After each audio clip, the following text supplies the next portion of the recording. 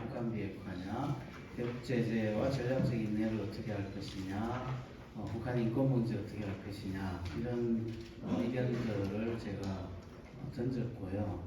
저기 1, 2, 1, 2, 6은 제가 이제 경향신문 칼럼에 썼던 내용들입니다. 그래서 그럼 먼저 고백드리고, 대안으로 저는 외교 안보 분야에서 검통위 같은 제도를 좀 만들어야 된다는 생각을 문재인 정부 시절부터 해왔고요. 제안을 여러 군데 많이 했습니다. 근데 정부 입장에서는 이 통일 문제는 정부의 단독적 아젠다라고 생각을 많이 해서 저런 현인회의나 또 검통위 같은 제도가 외교안보 통일 분야에 적절하다는 생각을 잘 못 받으시는 것 같아요. 이제 새 정부는 어떨지 모르겠습니다만 일단 그 제안을 제가 이름을 현인회의 뭐 이런 식으로 해서 만들어 봤습니다. 대충 뭐 제가 말씀드릴 요지는 그렇고요. 하나씩 말씀드리면 그렇습니다. 그 대북 정책 이어달리기를 하신다. 저는 뭐 너무 사실 기뻤습니다. 선거 때 우리 국민들이 너무 갈라치기가 많이 됐고, 또 북한 주적론 또는 선제 타격론 이런 얘기들이 나와서 대단히 좀 어수선했는데, 변영세 장관님이 이어달리기 하는 표현을 써서 굉장히 중요한 시그널을 우리 국민들에게 또 북한에게 또 국제사회에 던졌다라고 생각을 합니다. 근데 정부가 들어선 후에 나온 대화와 선거 전의 대화는 사실은 시그널로 보면 되게 다른 의미를 지니는데요. 선거가 끝난 후에 이제 이 발언이 관리가 되고 있느냐 이런 거를 저희가 잘 봐야 되지 않겠느냐고 생각을 합니다. 최근에 김정은 위원장이 전원회의에서 그 대적투쟁과 대외정책이라는 표현을 썼습니다. 작년 전원회의 때는 북남 관계와 대외정책 표현을 이렇게 했거든요. 그런데 이번 전원회의에서 대적투쟁과 대외정책으로 이렇게 표현을 바꿨어요. 그래서 남북관계를 대적투쟁으로 표현한 것은 마치 우리가 이제 북한을 주적이다, 선제 공격한다라는 말에 이렇게 대응하는 듯한 인상은 아니냐. 그래서 이 발언이 이제 관리를 어떻게 하느냐에 따라서 시그널이 달라지는데 이 문제를 초당적으로 잘 관리해야 되겠다. 이제 첫 번째 얘기는 그 얘기고요. 문제는 또 시그널을 보내는데 어떤 시그널을 어떻게 보낼 건가가 되게 중요하다는 생각을 하고 있습니다. 이 대통령께서 선언을 할 때 어디 가서 어떻게 하느냐도 북한 입장에서는 굉장히 다르게 받아들이는 경우가 있거든요. 그래서 제가 듣기로는 베를린과 드레스덴에 대한 상징적 해석을 북한은 굉장히 다르게 하고 있는데 뭐 그런 것들이 시그널을 보낼 때 잘 고려되고 있느냐 이런 고민들이 좀 필요할 것 같고요.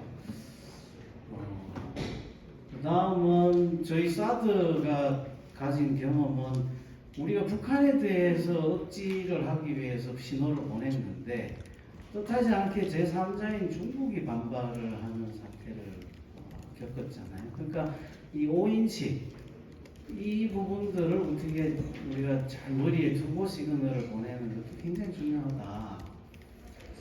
그리고 우리 정책 담당 부서관의 입장들이 조율되어 있느냐 아니냐 아니면 그냥 레토릭이냐 이것도 상당히 중요한데요. 저는 그 점에서 변영세 장관 청문회 과정에 국가안보실에 대한 문제 제기를 듣고 잘 통제하겠다라는 투의 말씀을 하신 거는 통일부가 이제 북한에 보내는 시그널로 굉장히 중요하다라고 생각을 합니다. 그 점에서 저는 현재 여러 대북 정책의 논의가 있지만 출발점은 일단은 북한이나 국제사회나 우리 국민들, 분열된 우리 국민들에게 어떤 신호를 보내고자 하느냐, 정부가. 이어달리기라는 표현에 일단 저는 성공했다고 보고요. 그 이어달리기를 연속해서 나가는 정책 시그널을 어떻게 갈 것이냐 되게 중요하다고 생각을 합니다. 그래서 이제 우리 모두가 힘을 합쳐서 만들어 나갈 수 있을 것이다 라고 생각을 하고요. 두 번째는 통일국민협약을 문재인 정부가 공약으로 내세웠었는데요. 통일국민협약이 국정과제에서 이번 정부에서는 빠졌습니다. 워낙 문재인 정부가 사회협약이나 사회적 대화 쪽을 강조했기 때문에 그것이 꼭 다음 정부에 개선되기는 어려운 철학적 측면이 있다고 생각을 합니다.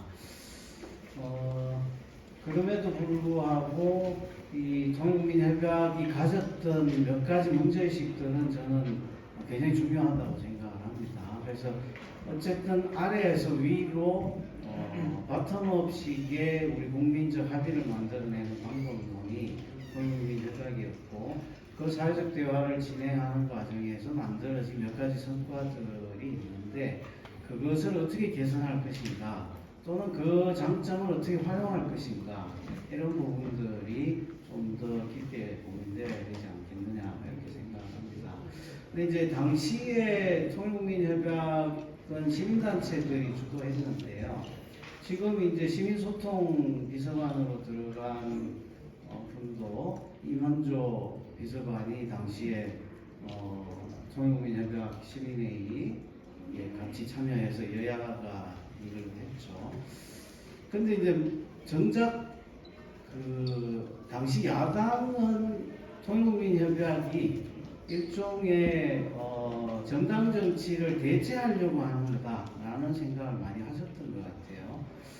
이제 어떤 경우에라도 정부가 주도하는 사회적 대화는 야당 입장에서는 정당 정치를 배제하는 것 같은 인상이 들게는 마련인데 저는 우리 사회가 그 정도는 좀 극복해야 될 때가 된 거 아니냐라고 생각을 합니다. 그래서 통일국민협약의 장점은 사실 그 부분인데 아직은 정당 정치가 그런 국민협약이나 사회적 대화를 품어 안기에는 조금 더 덜 성숙된 거 아니냐라는 생각을 해봤습니다.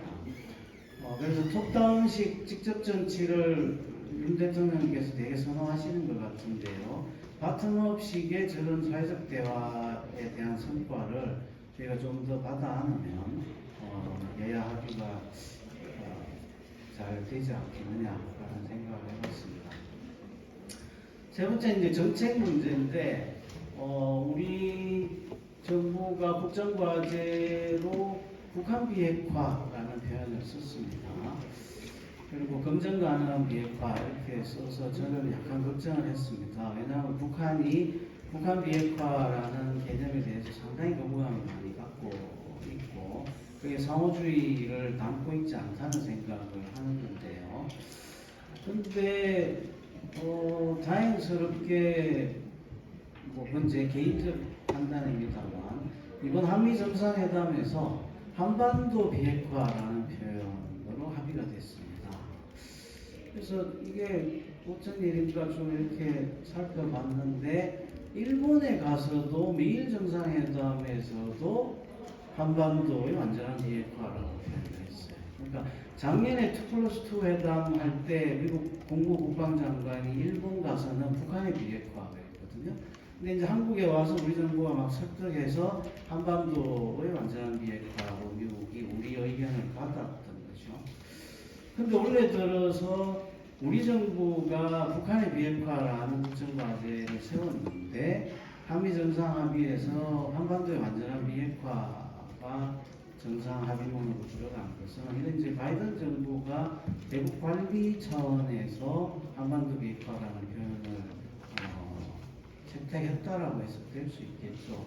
저는 이제 이 점에서 우리 정부도 그것을 별 마찰 없이 정상회담 아젠다로 수용하고 정상회담 선언에 들어간 것은 대단히 유연한 접근법이다라고 생각을 하고요.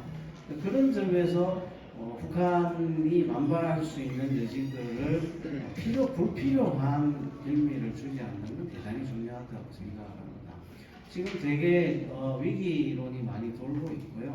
사실은 이틀 뒤에 이제 내일 나로 2차 발사가 있는데 북한은 계속 이중기준론 얘기를 하고 있죠. 미국이나 뭐 한국은 미사일을 쏘는데 우리는 왜 안 되느냐 뭐 이런 이중기준론이어서 우리가 쏘면 북한도 정찰 위성을 자기들이 쏘겠다라고 할 가능성이 있죠. 즉 저는 핵실험보다 그게 일단 먼저 좀 급한 상황인데 그런 점에서 우리가 북한의 이중기준론을 어떻게 잘 대응할 것인가에 여야의 합의와 지혜를 모으는 것이 굉장히 중요하다라고 생각을 합니다. 제재 이제 바이든 행정부나 우리 정부는 일단 북한을 억제하고 북한이 핵실험하면 더 큰 제재를 하겠다라는 시그널을 계속 보내면서 대부분 억지를 하고 있는데요. 그 제재가 갖고 있는 한계가 조금씩 많이 보이는 것 있습니다. 그래서 그런 레토릭은 필요할지언정 그 제재를 넘어서는 정책적 대안을 우리가 마련해 가고 있는 것도 굉장히 필요할 거라고 봅니다. 그래서 제재에 대해서 제가 몇 가지 문제 제기를 했고요. 우크라이나 사태에서 우리가 러시아에 대해서 제재한 것이 사실은 우리 의도하고 다른 결과를 지금 굉장히 많이 낳고 있는 걸 보면서 저 끝에 저 이제 Foreign Affairs의 걸선 부분의 주장인데 비용이 들지 않고 또 예측 가능한 제재의 시대는 이제 완전히 끝났다라는 거죠. 그래서 제재를 넘어서는 어떤 옵션이 마련되지 않으면 안 되겠다. 우리 대북 정책에서도 마찬가지다라고 판단을 했습니다. 그래서 바이든 행정부가 혹시나도 전략적 인내 버전 2로 가서 제재로 북한을 관리하겠다라고 한다면 저희는 거기에 대해서 좀 더 깊은 고민과 대안 제시가 필요하지 않겠느냐라는 거고요. 인권 문제는 뭐 대북 인권 문제는 너무 중요한 상황이고 여러 가지 고민들이 있습니다. 근데 우리 정부에서 이번에 국정과제 95번에서 북한 주민의 인도적 여건 개선을 가장 앞세우는 것을 국정과제를 했고 인도주의의 의미를 조건을 거의 약화시켜서 제시하고 있는 것은 굉장히 중요한 발전이다라고 생각합니다. 마지막으로 이제 경제안보 얘기인데요. 저는 경제안보는 현 시대에 매우 중요한 정책적 초점이다라고 생각합니다. 대북 정책 마찬가지고 미중 관계 속에서도 마찬가지고 최근에 망분리 양망 체제로 가고 있는 과도기로 들어섰다는 평가들이 많은데요. 원래 이제 경제안보는 제가 과거에 삼성경제연구소에 있을 때는 일종의 워닝 시스템, 경고 체제 정도로 경제안보 논의가 됐습니다. 그런데 지금은 그 시절보다도 훨씬 더 깊은 이 망분리에 대한 양망 체제에 대한 우리의 대응 논리로서 경제안보 논의가 이제 받쳐져야 되는 것도 사실이고 그래서 경제안보 비서관직도 생기고 이런 건 대단히 중요한 거라고 생각합니다. 근데 문제는 이제 경제안보론을 바라보는 몇 가지 시각들에서 저는 우리가 합의될 지점이 있다. 첫 번째, 경제안보를 소위 경제평화라는 오래된 햇볕 정책과 기능주의와 다른 걸로 생각해서는 안 되겠다. 이런 거죠. 그래서 경제협력이 늘어나면 통합이 늘어나고 평화가 정진된다라는 이 대전제를 경제안보론이 갖고 있는 것이지 거기서 탈피한 경제안보론으로 봐서는 안 되겠다. 그렇게 경제안보론을 보는 분들을 제가 이제 안보경제론자라고 관련해서 썼습니다. 그래서 경제안보로 쓰고 안보경제로 읽으면 안 되겠다. 이런 얘기죠. 그리고 평화의 정진과 폭력의 예방이라는 이 인류사적 성취물을 경제안보론이 가지고 가야 된다라는 거고요. 그 점에서 마치 경제안보론이 국방비 정액이나 뭐 이런 것에 근거로 돼서는 너무 정말 의의없는 결과일 수 있겠다라고 생각을 하고요. 글로벌하게는 경제안보가 이게 민족주의나 기술민족주의 이렇게 가면 제3세계 빈곤의 저항에 부딪히게 되겠다라고 생각을 합니다. 지난번 백신 때 백신 민족주의나 또는 뭐 마스크 민족주의나 이런 것들이 가져온 제3세계에 대한 우리 리더십의 한계를 목도했는데요. 그게 혐오나 이 적대를 재생산하는 걸로 경제안보로 생각하면 절대 안 되겠죠. 그래서 아직도 멸공 얘기하시는 분이 있는데 그런 식으로 경제안보를 이해하면 이게 공망하는 길이다. 저는 이렇게 생각합니다. 그래서 이 경제안보를 안보를 위한 경제로 해석하지 말자라는 게 제 생각입니다. 그래서 대안을 저는 아까 말씀드린 외교안보위원회 또는 현인회의에서 저희가 생각하는 여야의 석학들 그리고 중요한 소장파 학자들을 소위 검통위원처럼 임명을 하고 저는 그 국회에서 합의가 되면 된다고 생각을 하는데요. 그리고 외교안보 통일 국방의 국책연구소들을 그 사무처 밑에 두거나 사무처와 밀접히 연결시키며 우리 외교안보 국방의 여러 국책연구소들의 중첩도 조정할 수 있고 그들이 이렇게 해외 공공외교들을 하는데 그걸 현인회의에서 관리를 같이 하면서 해나가는 그 조정 능력을 좀 가지면 좋겠다. 그래서 사실은 검통위 회의록이 경제인들한테는 대단히 중요한 교과서인데 우리 외교안보 분야도 분기별로 그런 전세보고서가 공개판과 비공개판으로 제출되면 대단히 좋겠다. 그래서 평통에서 대통령 보고서를 분기별로 보내듯이 이 현인회의에서 분기별로 비공개 보고서를 대통령한테 전세 분석을 하는 이런 조직을 만들면 어떻겠느냐라고 생각을 합니다. 그게 이제 바텀업식이 아까 제가 말씀드린 사회적 대화와 같은